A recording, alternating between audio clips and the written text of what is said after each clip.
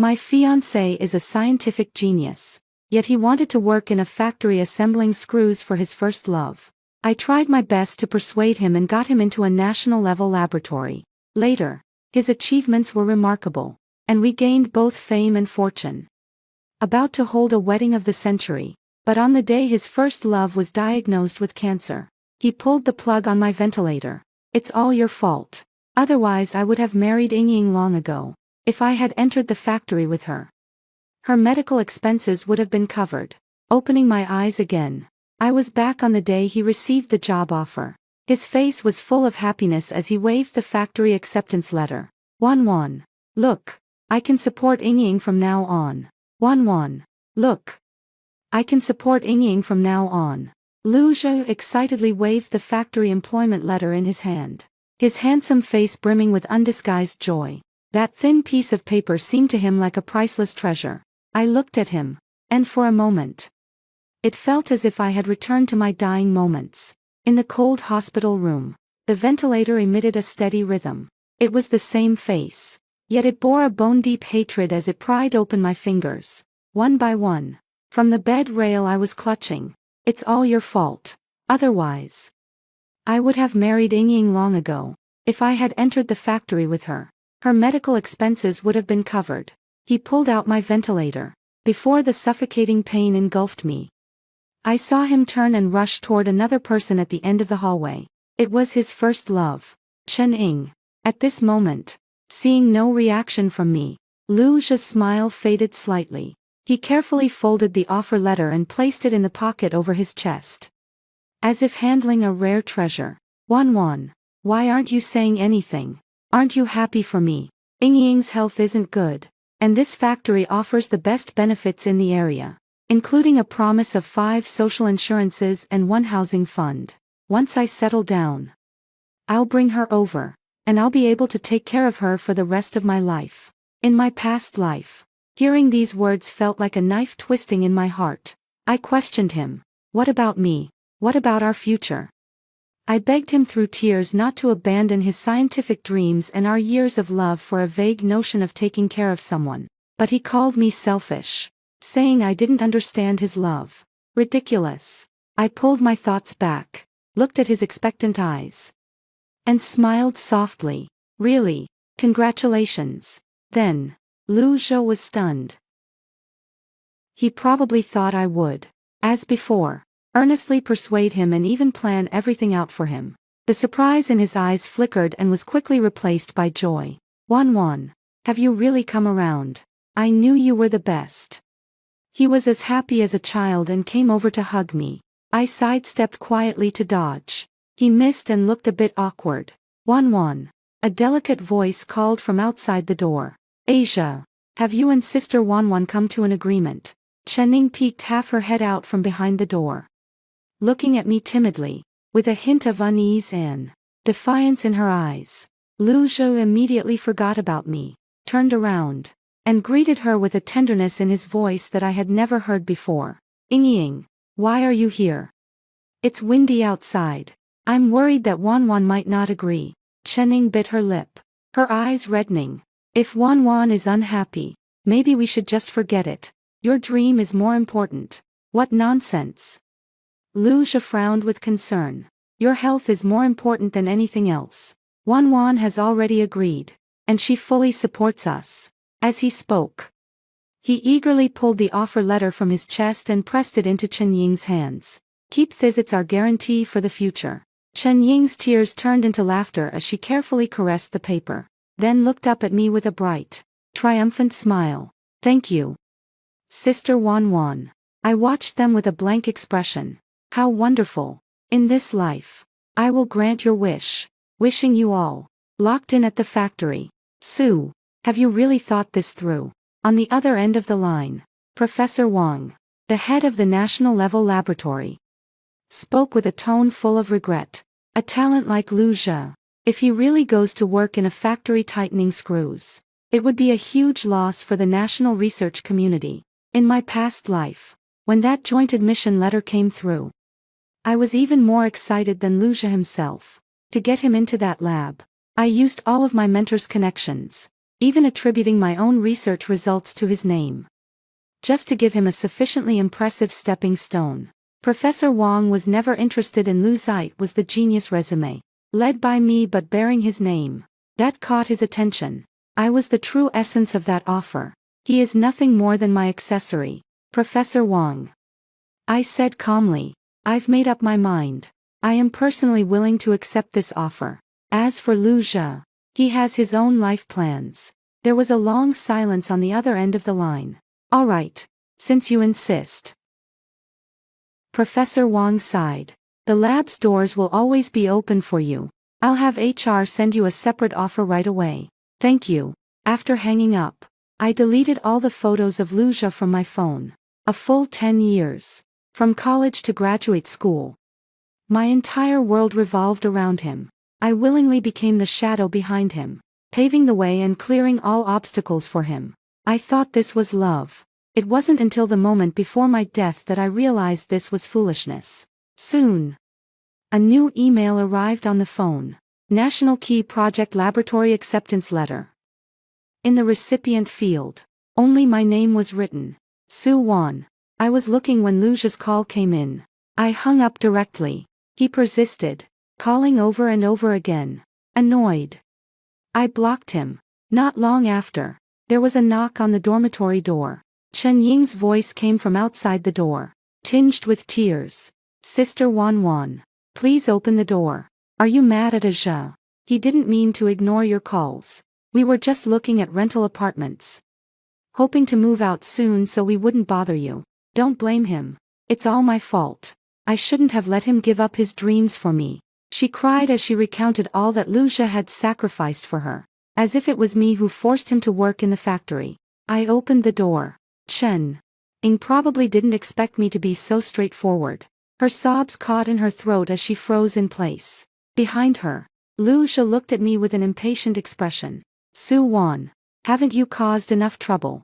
It's just that I didn't reply to your messages. Was it necessary to block me? He naturally assumed that I was still throwing a tantrum over his overly close relationship with Chen Ying. In the past, I really would have done that. But this time, I just looked at him calmly. We've already broken up. I'm not making a scene. Breaking up. Lu Zhe looked as if he had heard the joke of the century. Su Wan, are you threatening me with a breakup? He let out a scoff, a hint of familiar disdain and contempt flickering in his eyes. Stop messing around. You know I can't live without you. My experimental data. My thesis, which of these haven't you helped me organize? Without me, you'd even struggle to graduate. He was certain I wouldn't dare leave him, just like in my past life. No matter how ambiguously he behaved with Chen Ying, as long as he said a single word, I would obediently return to his side. Chen Ying chimed in as well, taking my hand with a look of sincerity. Wan Wan, don't say that in anger. As talent needs you, and you need as protection too. You two are a match made in heaven. How can you talk about breaking up? I shook off her hand. Who said I can't live without him? I turned around and walked back to the table, picked up the freshly printed offer, and slapped it in front of Lu Zhe. Take a good look. This time, it's me who's done with you. Lu Zhe's gaze fell on the paper. National Key Laboratory Appointment Letter. This is to inform you that Ms. Su Wan. His pupils suddenly constricted. Thighs. What's going on? Where's my name? He suddenly lifted his head, staring at me intently, his eyes filled with shock and disbelief. Su Wan, what have you done? I just took back what was rightfully mine. I looked at him, speaking each word deliberately. This lab, from start to finish, only wanted to hire me. You're just the trash I conveniently packed along. You. Lu Zhe's face instantly turned the color of pig liver. He probably never imagined that I, who had always been docile, would say something like this. Chen Ying was also stunned, stammering as she spoke. Wan Wan, how can you say that about Asia? He's so talented. Talented. I laughed. Is his talent crossing my name off the papers we co-authored, or casually turning my experimental results into his accidental inspiration? Lu Zhe's face instantly turned deathly pale. He had done these things flawlessly, thinking I would never find out. He thought I was the fool he could manipulate at will. Soo-won. His voice trembled. You can't do this to me. We are one-me success is your success. We're about to get married. Why draw a line between us? He started playing the emotional card. But having lived through a lifetime, my heart had long turned as cold and hard as iron. Save your rhetoric. Luja. Now, you have your broad road. And I'll take my narrow bridge. Aren't you going to the factory to support your Ying? Go ahead. Don't bother me anymore. Lu Quan. We've broken up. Lu Zhe was rendered speechless by my words. His face alternated between pale and flushed. As if someone had stripped him naked in public, exposing all his shame to the sunlight. He probably never imagined that one day I would speak to him like this. Soo-won. He was so embarrassed that he became angry. His voice suddenly rising. Do you think I can't get into that lab without you? Don't forget. Professor Wang values me the most. I'll call him right now and tell him this is all a misunderstanding. He pulled out his phone. His fingers trembling as he was about to dial.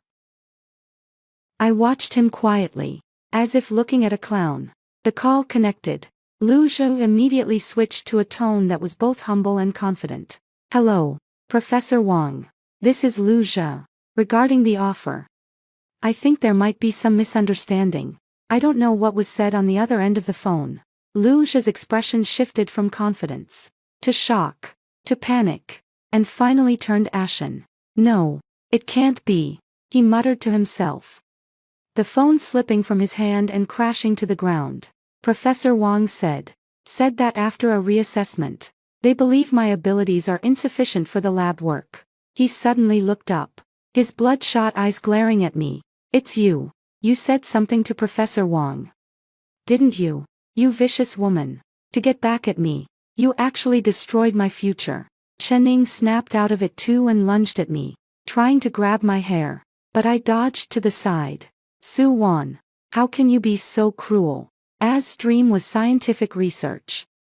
And now you've ruined everything for him. He only wanted to work at the factory to earn money for my treatment. What did he do wrong? She cried so pitifully, as if I were the unforgivable sinner. I looked at the two of them and suddenly found it utterly ridiculous. My future. I stepped closer to Lu Zhe, my gaze as cold as ice. Lu Zhe, do you really have something like a future? He was forced back step by my momentum. What do you mean? I laughed. Laughed until tears almost came out. Who stayed up for 3 months straight to write the core algorithm of the Stardust project? Who dug through piles of scrap paper to find the key data for the breakthrough in quantum entanglement theory? Who helped you complete your nationally award-winning gold medal thesis from the topic selection to the data model, down to every last character? With each question I asked, Lu Zhe's face grew paler by the minute. In the end, his face was drained of all color, his lips trembling. Unable to utter a single word. Chen-Ning was also stunned, looking at us in disbelief. I looked into Lu Zhe's terrified eyes and slowly revealed the secret I had buried for 2 lifetimes. Lu Zhe. You are not a scientific genius. You're nothing but a thief who steals my achievements and then stands in the spotlight to enjoy the applause. And I, Soo-won, am the true genius whose life you've stolen. The air seemed to freeze. Lu Zhe and Chen Ying's faces bore the same expression of shock and disbelief. No, you're talking nonsense. Lu Zhe was the first to react, his voice sharp as he retorted. I did all of that. It's you, Soo-won, who's jealous of my talent and trying to slander me. Right, Sister Wan. How could you do this? Chen-Ning chimed in. You know how late Asia stays in the lab every day. We've all seen his hard work. Effort. I sneered. He was indeed diligent. Diligently. After I finished the experiment, he was the first to rush over, cross out my name from the record book, and replace it with his own. He worked hard to get ahead of me before my thesis was published, piecing together an article of his own using my data and conclusions. He worked hard to play the role of a loving boyfriend and a brilliant, perfect academic prodigy in front of all the professors and classmates. With your own eyes. I looked at Chen-Ning.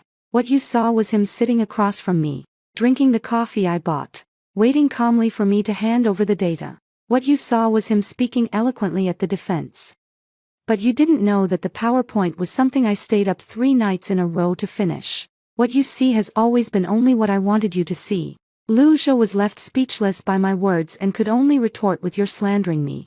I couldn't be bothered to argue with them any longer. From the bottom shelf of the bookcase, I pulled out a thick notebook. This is my research notebook from my freshman year, recording all my sources of inspiration, experimental processes, and raw data. Liu Zhe, do you dare to confront your so-called achievements one by one with the records in this notebook? The moment Liu Zhe's eyes fell on the notebook, it was as if he had seen a ghost, his face instantly turning pale as paper. Of course, he didn't dare, because all of his talent came from this notebook. He thought I had thrown it away long ago. Chening looked at me, then at Liu Zhe, whose face was ashen, and seemed to understand something, but she still chose to stand by Liu Zhe, even if Wan, you helped Asia a little. That's still something between you as a couple. Bringing it up now, aren't you deliberately trying to ruin him? You can't have him, so you want to destroy him? How vicious. This godlike logic left me utterly speechless. I looked at this pair of partners in crime, a man and a woman, and suddenly felt utterly bored. Get out. I pointed at the door and spat out a single word. Take your thief and get out of my world. Liu Zhe seemed to have all his strength drained away, and was half supported, half dragged away by Chening. Before leaving, he turned back, his eyes filled with venomous resentment. Su Wan, just you wait. You'll regret this. Regret. I only regret not seeing his true colors sooner. After they left, I carefully packed that notebook, along with all my research materials, into my suitcase. There was nothing left here for me to hold on to. The next day, dragging my suitcase, I boarded the train to a new city alone. National Lab. Here I come. This time, I will reclaim all the glory for myself. Life in the lab is purer and more brutal than I imagined. It brings together the nation's sharpest minds, each one operating like a high-speed precision instrument. The project I joined is called the Sky Dome Project, a national-level key project related to space information technology, with extremely high difficulty. And my direct supervisor is Li Wei, famously known in the team as a workaholic. He is in his early 30s, wears black-rimmed glasses, is always serious, and looks at me with undisguised scrutiny and doubt. So you're Su Wan. He adjusted his glasses and tossed a thick stack of documents onto my desk. The one who took Liu Zhe's spot. It seemed the news of Liu Zhe being sent back had already spread within the circle. I didn't explain, just nodded. This is the bottleneck the project is currently facing. Regarding the attenuation issue of long-distance transmission of the Starlink signal, Li Wei's tone carried a hint of provocation. We've been tackling this problem for 3 months with no progress. Take a look and give me your preliminary solution within a week. This was a show of force. The gazes of the other colleagues in the office all turned toward me, carrying a hint of anticipation for a spectacle. A connections hire who used personal ties to push out a talented boyfriend. What real skills could she possibly have? I picked up the documents and replied calmly. All right. In my previous life, this same problem had troubled the lab for a long time. At that time, Liu Zhe, as a member of the project team, was overwhelmed and at a loss. It was I who, while helping him organize materials, found inspiration from an obscure foreign paper and proposed a brand new algorithm model. Later, with this model, Liu Zhe made a name for himself in one fell swoop, cementing his status as a genius, and I remained the nameless figure hidden behind him. This time, there is no Liu Zhe. I will personally place this honor upon my own head. I locked myself in the archives room for 3 days and 3 nights. When hungry, I would take a few bites of bread. When sleepy, I would doze off on the desk for a while. My brain, like a supercomputer reactivated after a long dormancy, is running at full speed. The talents and inspirations I once deliberately suppressed and concealed now burst forth like a flood breaking through a dam. I no longer need to consider Liu Zhe's pitiful self-esteem. No longer need to package my thoughts as casual suggestions. I can gallop free, why and without restraint in the ocean of knowledge. This feeling is an unprecedented exhilaration. On the morning of the fourth day, I knocked on Li Wei's office door, holding a complete solution. He frowned at my bloodshot eyes and messy hair. Giving up so soon? I said nothing, simply placing the report in my hand in front of him. Regarding the signal attenuation issue, I have proposed 3 solutions. The optimal one is to establish a dynamic compensation model based on bidirectional beamforming, which can theoretically reduce signal loss by over 90%. Li Wei's expression shifted from disdain to surprise, and then to disbelief. He picked up the report, flipping through it page by page, his pace quickening and his breathing growing more rapid. In the office, only the sound of rustling paper remained. After a long while, he suddenly lifted his head, his eyes behind the glasses gleaming with an almost fanatical light. How did you come up with this? This model is absolutely genius. At that moment, the entire office fell into dead silence. Everyone's gaze was fixed on me, with shock, with curiosity, and with a hint of newfound reverence. Li Wei's approval was like a key, unlocking my position in the lab. He no longer spoke to me coldly. Instead, he treated me as a key trainee. And the most critical data and tasks in the project began to be directed toward me. The attitudes of my colleagues also shifted from watching the show to seeking my advice. Su Wan, could you take a look at this data model for me? Xiao Su.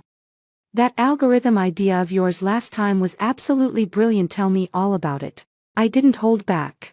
In the world of academia, it's through exchange and collision that more sparks are generated. I gradually adapted to this high-density research life and found joy in it. Here, there are no scheming intrigues, no romantic entanglements. The only standard is ability. And I, with my strength, earned the respect of everyone. Occasionally, I think of Lu Zhe in the dead of night. I wonder if his life with his first love in the factory was as sweet as they had imagined. The answer came soon. A month later, I received a call from my college roommate. My roommate's tone was full of schadenfreude. Wan, guess who I saw? Lu Zhe and Chening. The 2 of them seemed to have been fired from the factory. I was a bit surprised. What happened? I heard that Lu Zhe was distracted while operating the machine and caused a moderate production accident, shutting down the assembly line. The factory thought he was too ambitious for his actual skills and fired him. What about Chening? Chening is even funnier. She complained that the workshop was too dusty and smelled bad. So she quit after less than a week. She just lay around in the rental apartment every day, letting Lu Zhe support her. But as soon as Lu Zhe got fired, the 2 had a huge fight over rent and utilities. The roommate described it vividly. When I saw them, they were arguing and pulling at each other in the street. Chening was cursing Lu Zhe for being useless, and Lu Zhe was cursing Chening for being a burden. TSK. It was quite a spectacle. After hanging up the phone, I didn't feel the satisfaction I had imagined. Instead, my heart was calm. All of this was exactly as I had expected. Someone like Lu Zhe, proud and arrogant, having never faced much adversity. How could he ever adapt to the monotonous, tedious assembly line life of a factory? His so-called entering the factory for love was nothing more than a rash, grandiose declaration, when romantic fantasies are shattered by the trivialities of reality. So-called love becomes a joke. After some time, I heard even more explosive news about them. Lu Zhe, in an attempt to prove he wasn't a good-for-nothing, had the wild idea of starting his own business. He somehow scraped together some money, rented a small workshop, and decided to try his hand at research. He tried to replicate the studies I had once conducted. The outcome was predictable. Without my brain, he couldn't even build the most basic data model. In less than 2 months, that money went down the drain, and he ended up deep in debt. As for Chening, upon learning of his bankruptcy and debts, she didn't say a word, packed her bags, and ran off. The so-called true love, in the end, couldn't withstand reality. I thought that the story between me and them should have ended here. Until that day, I saw an unexpected person at the entrance of the laboratory. It was Lu Zhe. He had grown thinner and darker, his former high spirits completely gone. replaced by a face full of dejection and exhaustion. When he saw me, his eyes instantly lit up. He rushed over in a few steps and grabbed my arm. Wan. His voice carried a hint of trembling and pleading. Wan. I was wrong. I was truly wrong. Let me come back. Let me return to the lab. I'll be your assistant. I'll do anything. I can't live without research. I can't live without you. I looked at Liu Jia. The once crisp shirt he wore was now wrinkled, with an unknown stain on the collar. Greasy hair stuck to his forehead. His eyes sunken and bloodshot. Was this still the once radiant campus heartthrob? I pulled my arm free from his grip, stepped back, and created some distance. Liu Jia, you're not welcome here. My voice was cold, devoid of any warmth. Please. Wan. With a thud, he actually knelt down right there in front of the people coming and going in the lab. I really know I was wrong. Chenning deceived Mesh never loved me. She only loved my money and fame. Only you. Wan. Only you truly care about me. Can we start over? Let's go back to how we were before doing research together. Winning the highest awards. Getting married. He was rambling incoherently, pouring out his regrets in a jumbled mess. Colleagues around us had already stopped in their tracks, pointing and whispering about us. I just felt a wave of nausea. Truly treat him well. Yes, I truly treated him well. So well that I ended up losing my own life for it. Liu Jia. I interrupted him. Do you still remember Chenning? He froze for a moment.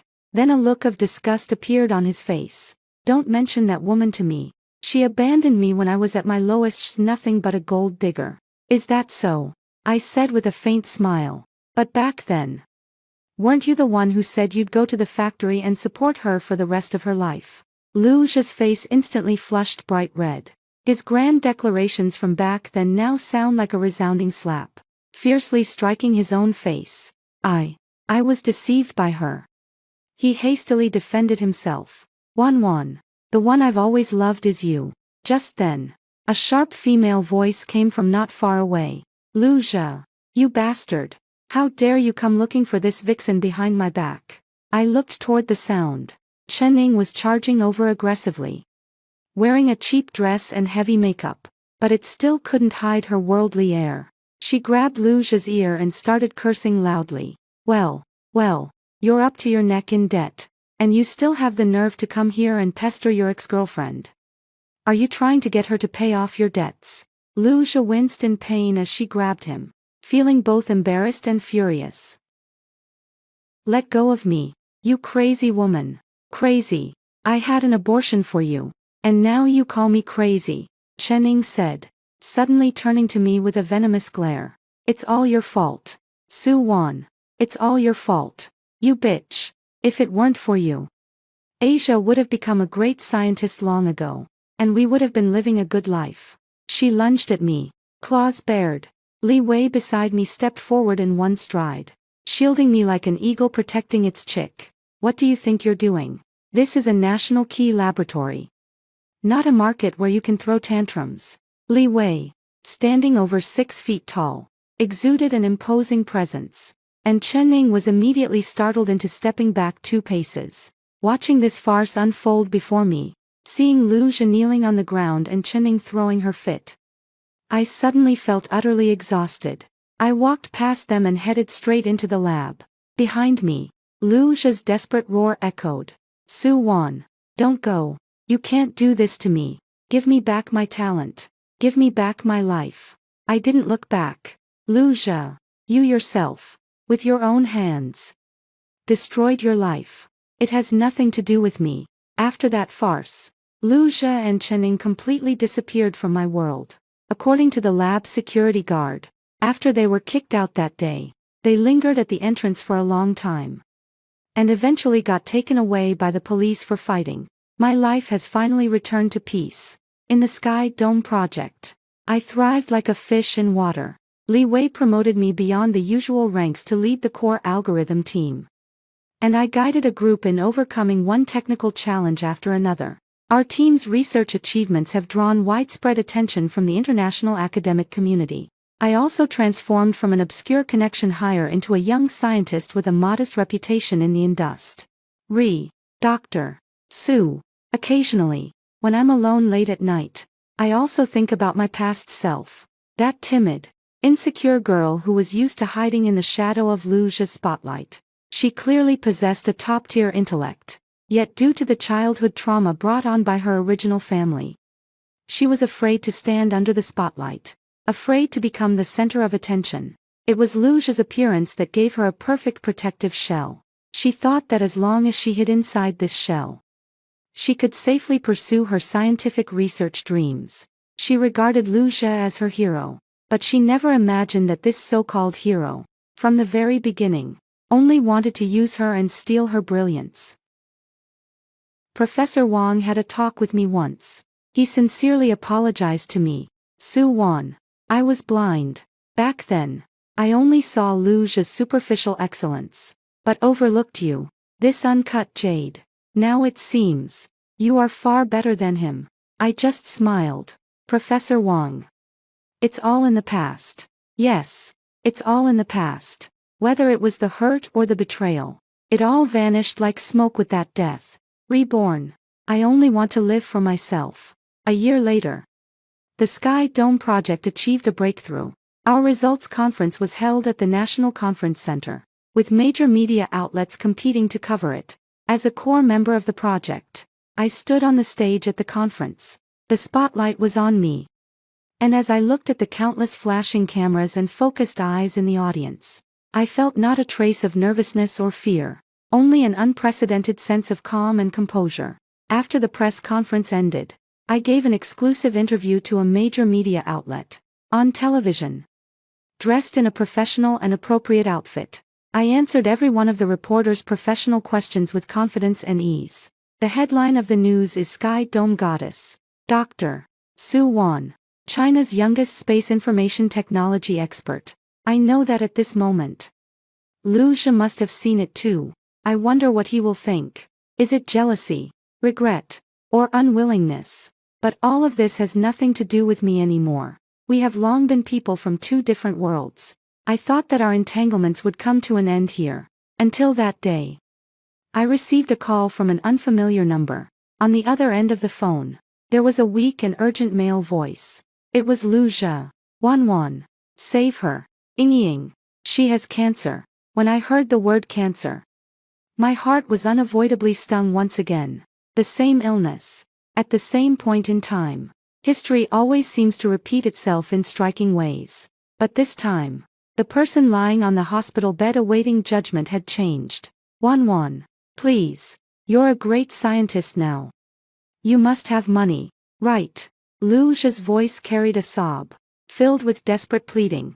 The doctor said the treatment costs a huge sum of money. We simply can't afford it. As long as you're willing to save Ying, I'll do anything you ask. I'll be your beast of burden. I'll give you my life. A beast of burden. Give me your life. I almost laughed out loud.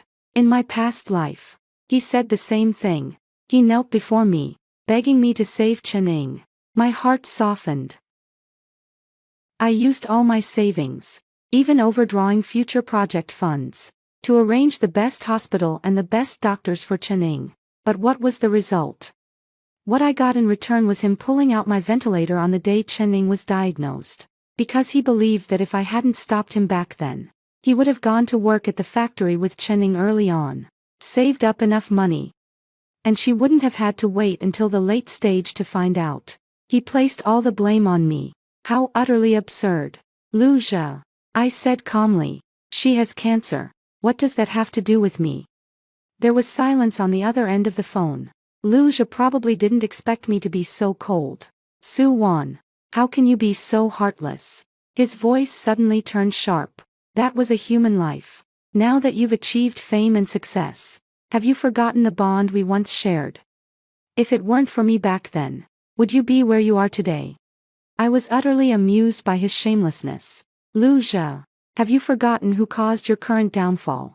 Back then, you gave up the chance to enter the lab for her and chose the factory. Now that she's sick, you come to me for money. Is there such a good deal in this world? He was left speechless by my words. After a long while, he changed his strategy and began to play the victim. 1-1. I know I was wrong. Over the past year, I've been living a life worse than death. I've been chased by debt collectors, mocked by others, living like a dog. Ying. She knows she was wrong too. She curses herself every day, saying she shouldn't have ruined us. Just take pity on us, will you? I listened quietly, with no ripples in my heart. If only I had known this from the start. Why did it have to come to this? They chose their own path. The bitter fruit, naturally, should be tasted by them alone. All right. I pondered for a moment before speaking. Lu Jia on the other end of the phone immediately held his breath, as if grasping at the last straw. I'll transfer some money to you. Really? 1-1. I knew you were the best. He was ecstatic. However, I changed my tone. This money is not for treating Chen Ying's illness. This money is used to buy out all the grudges between us from the past. During the 4 years of college and 3 years of graduate school, you treated me to 45 meals in the cafeteria and 27 takeout orders, totaling to 386 yuan. I'll round it up and transfer you 3,000. From now on, we owe each other nothing. After saying that, I hung up before he could react. Then, I opened the banking app and transferred 3,000 yuan to him. Note: breakup fee. Goodbye and good riddance. My actions had clearly infuriated Lu Jia completely. The next day, the internet was flooded with negative news about me. Shocking. Sky Dome Goddess refuses to save a life. Former lover begs on knees to no avail. White moonlight hangs by a thread. Behind the scenes of scientific genius Dr. Su Wan abandons critically ill boyfriend. Cold-blooded and ruthless as a viper. Exposing Su Wan's rise to power. Stealing her boyfriend's achievements and climbing to success over others' corpses. In the news, Lu Jia and Chen Ying were portrayed as a tragic, star-crossed couple. Lu Jia had painfully given up his scientific research dreams in order to treat Chen Ying's illness. As for me, I was the malicious ex-girlfriend who stole his achievements and kicked him while he was down. In the video of their interview, Chen Ying lay on the hospital bed, pale-faced and barely breathing. Lu Jia, with red-rimmed eyes, tearfully accused me of my crimes in front of the camera. She stole everything from me research, my dreams, my life.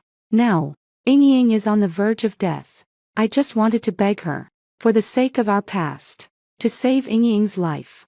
But she only gave me 3,000 yuan. Calling it a breakup fee. How can she be so heartless? Public opinion exploded instantly. Countless netizens, unaware of the truth, flooded my social media and the lab's official accounts, launching a frenzy of insults and attacks against me, the most venomous woman's heart. Looking like a decent person, but how can their heart be so black? A scientist with such corrupt character doesn't deserve to work on national projects. Get out of the research community. The lab's phone was ringing off the hook. Professor Wang and Li Wei, under immense pressure, came to talk to me with solemn expressions. Su Wan, we believe in you, but the pressure from public opinion is too great, and the higher-ups have already started to intervene. What do you plan to do? I looked out the window, my expression calm. Professor Wang, Team Leader Li, give me 1 day. I'm going to hold a press conference. Everyone thought I was going to defend myself. At the press conference, flashbulbs kept going off, and countless microphones were thrust in front of me. Dr. Su, is it true that you have been accused online of stealing Mr. Lu Jia's research results? Are you truly indifferent to Ms. Chen Ying's condition? Some say you are a modern-day Chen Shimi. What do you think of that? I did not answer any questions. I simply walked to the front of the stage and bowed deeply to everyone. Then, I turned on the projector. Before answering your questions, I would like to ask everyone to listen to a recording first. The venue instantly fell silent. An audio waveform appeared on the projection screen. Immediately after, a strange yet clear sound spread throughout the venue through the speakers. It was the rhythmic beep-beep of a cardiac monitor. And then, a man's voice, filled with deep-seated hatred, It's all your fault. Otherwise I would have married Ying long ago. If I go into the factory with her, her medical expenses will be covered. As the words fell, there was a sound of pulling, followed by the hiss of the ventilator tube being removed. Finally, the heart monitor let out that piercing, prolonged beep that signifies the end of life. Beep. The entire venue fell into dead silence. Everyone was struck speechless by this sudden, death-laden recording. A journalist tremblingly raised a microphone. What is this? I looked at Luja's face, twisted with shock and fear, and slowly began to speak. This is my last will, to be precise. It is the final audio message recorded in my brain before my death in my previous life. The last research project I worked on during my lifetime was the human brain black box. Its purpose was to record neural signals at the moment of human death and convert them into sound waves and images. It is an honor. I am the first, and the only, successful experiment of this project. My words exploded like a bombshell across the entire venue. Everyone went mad. Past life. Human brain black box.